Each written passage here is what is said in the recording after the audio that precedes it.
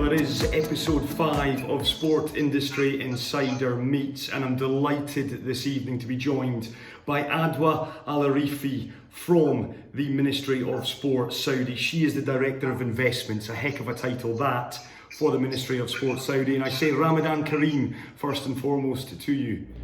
Thank you, Chris. It's a pleasure. Thank you. I really appreciate it. Thank you so much, Adwa. I know you're a busy lady, so we thank you for taking the time out to discuss, I guess, the future of sport related to the Kingdom of Saudi Arabia. Before we get into that, let's talk about you, because your CV, the amount of jobs that you have and the titles you have, Adwa, it's quite incredible. Thank you. So first, let me start. Sports is my passion since I was a young girl, and it continues till today. Back then, I had a dream of practicing sports, working in sports, and having the chance to open up doors and giving opportunities for girls within Saudi to be part of the sports sector. So today, I'm privileged and honored to be working in the sports sector along with my colleagues and being part of the transformation and part of the impact and leading the nation towards Vision 2030. So it's really, we're living exciting times in Saudi, and we're privileged and honored to be part of the team who is working on all of those plans for the future. What's your sport? Because as I say, I go back to your title. Let's read some of these out, and I don't want to embarrass you, but when we look, first Saudi women committee member in the Saudi Football Federation, you're a board member of the SAFF, you're a board member at the Saudi National Olympic Committee. I touched on it, you're Director of Investments at the Ministry of Sport Saudi. You wear many hats, Adwa. Talk to us a little bit about some of those roles and what the responsibilities of those bring. Okay, before I start, if you would ask me, how did all of this happen? It happened because we have a great leadership led by our King Salman, and our young Crown Prince Mohammed bin Salman, who is leading the nation and moving the nation towards Vision 2030 and unlocking opportunities to all of us in different sectors.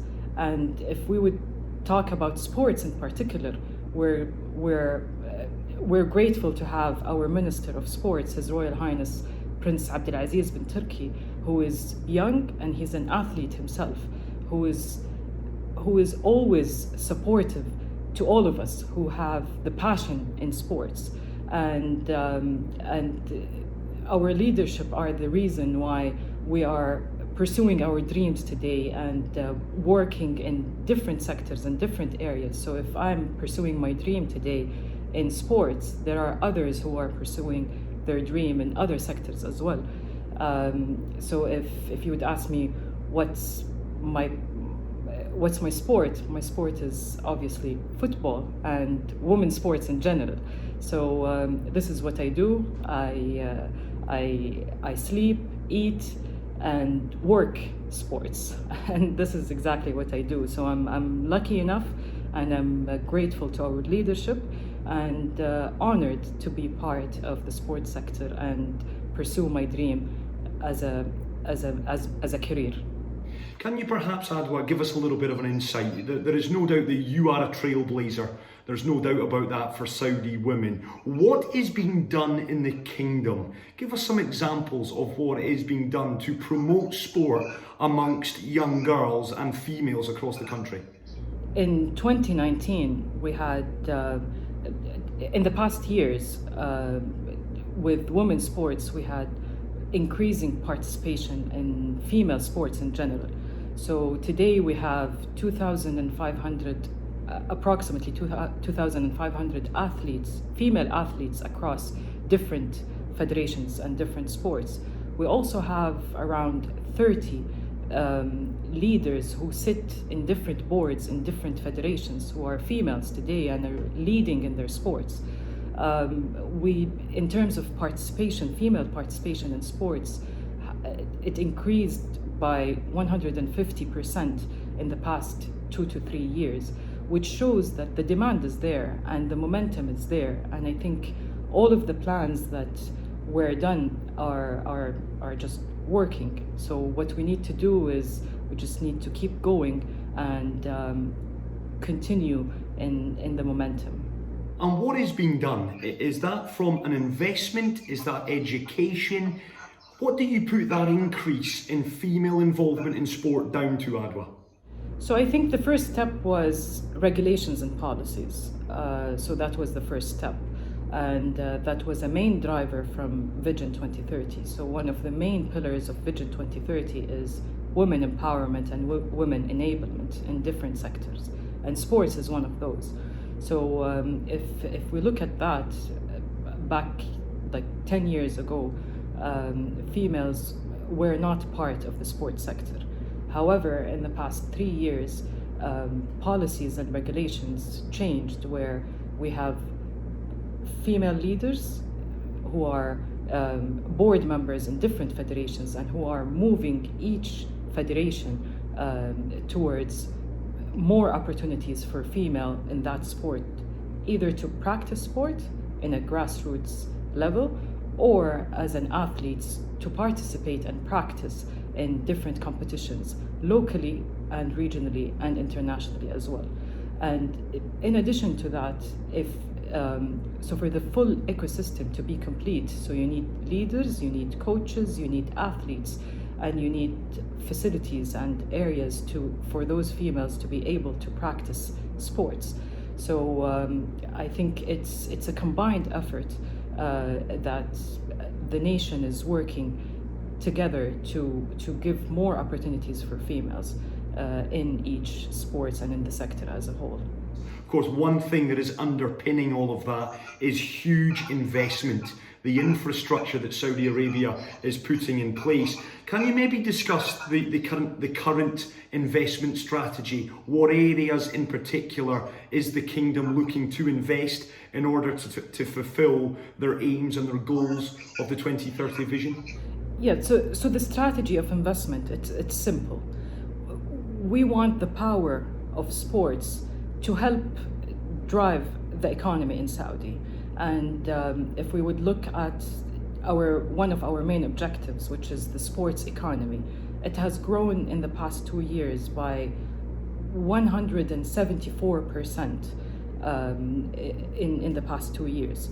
So that percentage of growth in economy, it speaks a lot. And in terms of, if you would look at the sports economy, it includes all sectors and all segments within the society and within the economy. So females do play a big role within that economy. And as of today, the 50% of the society are females, and if we look at the demographics of the community, more than 70% of the community are under the age of 35, which we have a youth society, who are driving the future of Saudi. So if we go back to the investments, what the ministry is looking to do is, in terms of investments, the main objective is to look at the return on investment. So when we say return on investment, it's either economical or social or even cultural. And if we would take one of the major elements that contributed to the sports economy, which are the sports mega events that happened in the past 2 years, which were led by our minister, His Royal Highness Prince Abdulaziz. He had a vision and he had a target in transforming the sports sector in Saudi, and that vision led to develop the sports sector and to more opportunities within the ecosystem. So if we would look at the mega events that happened in 2019, and we will look into one area and one element, which is job creation. We had 44,000 staff working on those events in 2019. However, if we would look at the sports sector in Saudi, we have 22,000 jobs today in the sports sector, between coaches, professional athletes, trainers, admin, management. And our aim is to double that number by 2030. And if we would look at those numbers, so for the 44,000 staff who worked on those events, a large number of that, or a percentage of that, was females. So females now get the opportunity to work in sports in different areas and in different sectors. Basically, I think there's a bit of a misconception, Adwa, that the money that is being spent, the 2030 vision that Saudi Arabia has, is seen as a tourism driver, that it's being done to bring people to the country. Whereas listening to you there, it's more about keeping the youth, the young demographic, the 70% entertained, to give them an outlet to showcase their artistic flair. It's to create jobs. In many respects, the 2030 vision is more about Saudi Arabia than it is an international kind of following. Does that make sense? Am I right in saying that? Yeah, definitely. So our crown prince have said that the sky is the limit for the Saudi people. So we aim to the highest levels. So in order for us to achieve our ambitions and to achieve what we aim as Saudi people to achieve in 2030 or beyond, we need to work with international people. And maybe if you would see those international events that are hosted in Saudi, there is a lot of local impact that is happening for the people. So we learn, there is in terms of transfer of knowledge, in terms of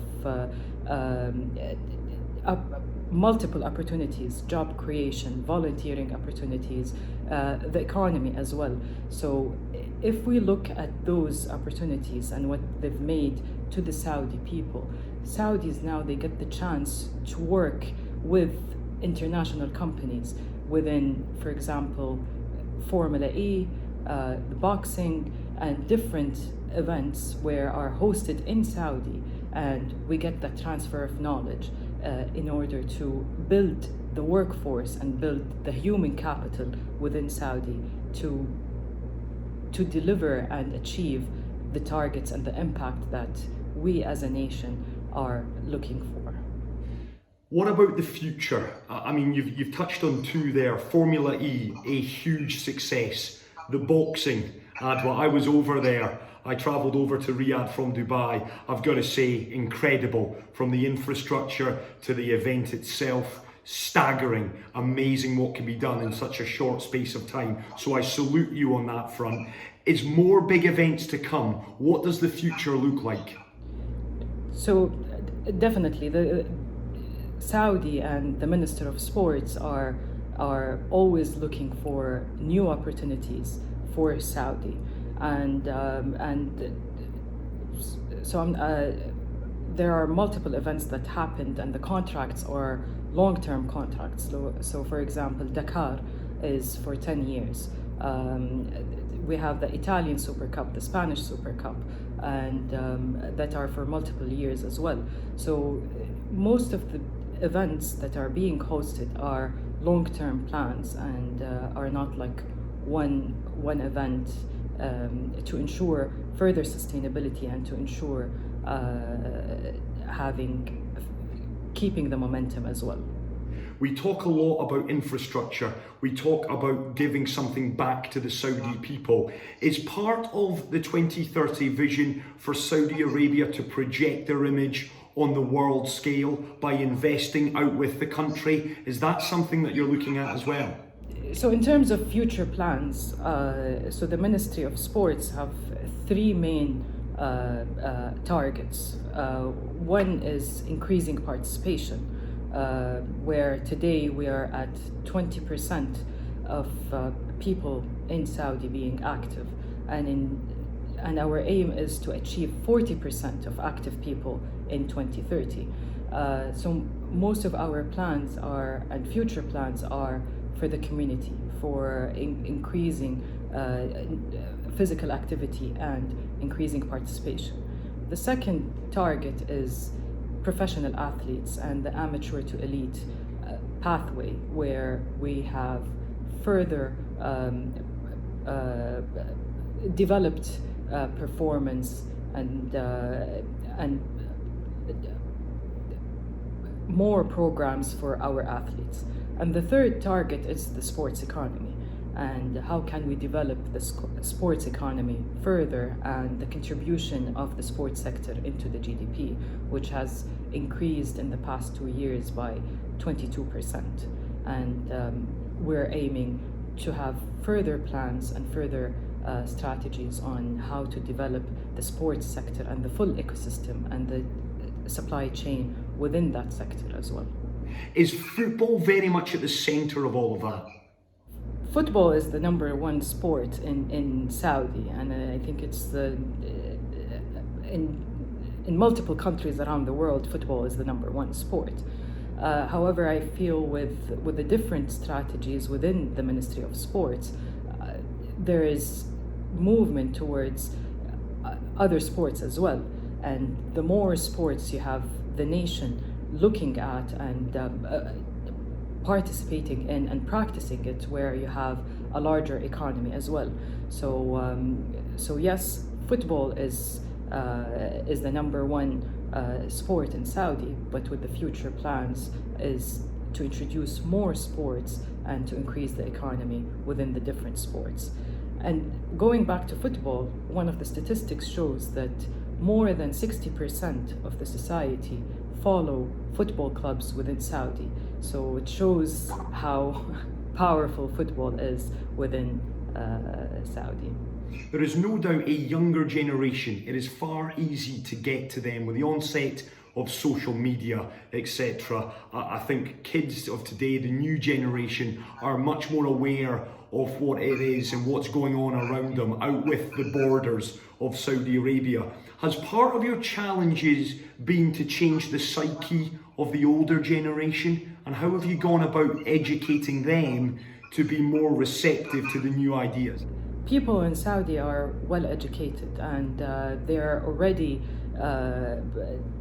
they look into the different countries around the world, and they're pretty aware, and they have the passion and they have the drive to develop the infrastructure of Saudi and to be part of the change and part of the transformation. So with all the numbers that we discussed in female participation and in different areas, I feel that the momentum is there, the demand is there, and they just want the opportunity. And once the opportunity was given, they were all there. It's good to know. It's really good to hear that, Adwa, that the nation is ready for the change, and we're seeing this transformation from a sporting standpoint. It is exciting times to live in it. I hate to ask this question, but I've got to. COVID-19, it is the elephant in the room. It's what we've all been discussing. It is changing industries, the very face of industries in real time. What has it done for the 2030 vision? How have you had to realign your strategy? Has the strategy changed at all, or is it full steam ahead? COVID-19 is an awful situation that the whole world is going through. I hope that all of us, we can overcome it together. However, I feel it was a good opportunity for us to step back, to clear our minds, to look into like the future plans, the strategies, and ensure that we're on the right track. In addition to that, there are new opportunities that will arise where we can highlight and challenge our plans and introduce those new opportunities to achieve our targets. However, sports showed all around the world and in Saudi how important it is, and people miss watching sports and practicing sports during this circumstances. Hopefully we will all together overcome it soon, and we'll go back to normal, because I personally miss sports. I miss watching sports. I miss practicing sports. So hopefully we can all go back soon and go back to normal. Yeah, here on that front. I'm like you, Adwa. I'm missing sport. I am suffering very bad withdrawal symptoms from sport right now. Coming back to you and what you've achieved in your career, Adwa, perhaps give us one of your highlights. Perhaps you've worked on a project, an initiative that has given you great satisfaction. Can you pick out one and perhaps explain why that is? So I'll divide the question into two. One of the most interesting projects that I've worked on, and it's one of the highlights of my career, was back in 2018. Our minister, Prince Abdulaziz bin Turki, was leading the first mega event, which is the Formula E, back in 2018. So he created a task force under him that will work on helping to deliver this event. So for me, it was an honor to be trusted and to be part of that team. So it was one of the highlights of my career, because it was the first mega event happening in the kingdom, and it had many, it was history. We had e-visas for the first time. We had, and after that mega event, the Formula E, when it was, because of its success, multiple events came afterwards, and the seasons also started after that event. So for me, being part of that team, and one important note as well, that team was 75% of that team were female. So it was great to be given the trust and to be empowered, and to deliver the event with the leadership of the senior leaders and with His Royal Highness Prince Abdulaziz bin Turki. So it was one of the highlights of my career, definitely. Anything that you would change, Adwa? Is there one that you think to yourself, oh, if only I could go back and have that opportunity again? Anything at all that you would change? I wish I was younger to live all of those changes.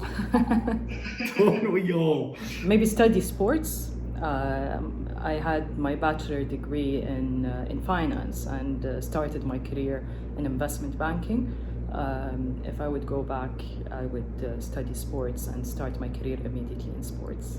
I cannot wait to see what the kingdom has in store, not just for the next 10 years, what it has in store for the next 12 months. Now, I cannot let you leave without a couple of quick-fire questions. Got to ask this one to you, Adwa. Your investment banking, now working in sport, what's the best piece of advice that you've ever been given? Best piece of advice I got from my parents. Since I was a young girl, they would always say that if you have a dream, work for that dream and never let anything stop you. And I think it's where I stand today. I'm living my dream. What about a sporting hero? Who is someone as a little girl, or perhaps even now, that you look up to with great admiration? Well, I don't have a particular hero. Everyone in sports are my heroes. So I just enjoy watching sports. I enjoy watching good football. So I don't have a particular hero. They're all my heroes. Okay, let me ask you this one. Ronaldo or Messi? Both. Too diplomatic, Adwa. Too diplomatic. Final one from me. I've got to get this question out, because I too follow the Saudi Professional Football League. Who's your team, Adwa? Who do you support? I support good football. That's a good answer as well. I'm not going to get an answer from you on that. Listen, Adwa, it has been fascinating over the course of this past half hour to have this conversation with you. There is no doubt, despite COVID-19, Saudi 2030 vision, it's bold, it's brave, it's exciting. There's an awful lot of intrigue and interest surrounding it. I cannot wait, having lived over in this part of the world for the past decade, to see how it comes to fruition. I'm excited to watch the here, the now and the future, and we thank you for your time this evening. Thank you so much, Chris. It was an honor, it was a pleasure, and we look forward to seeing you in Saudi again.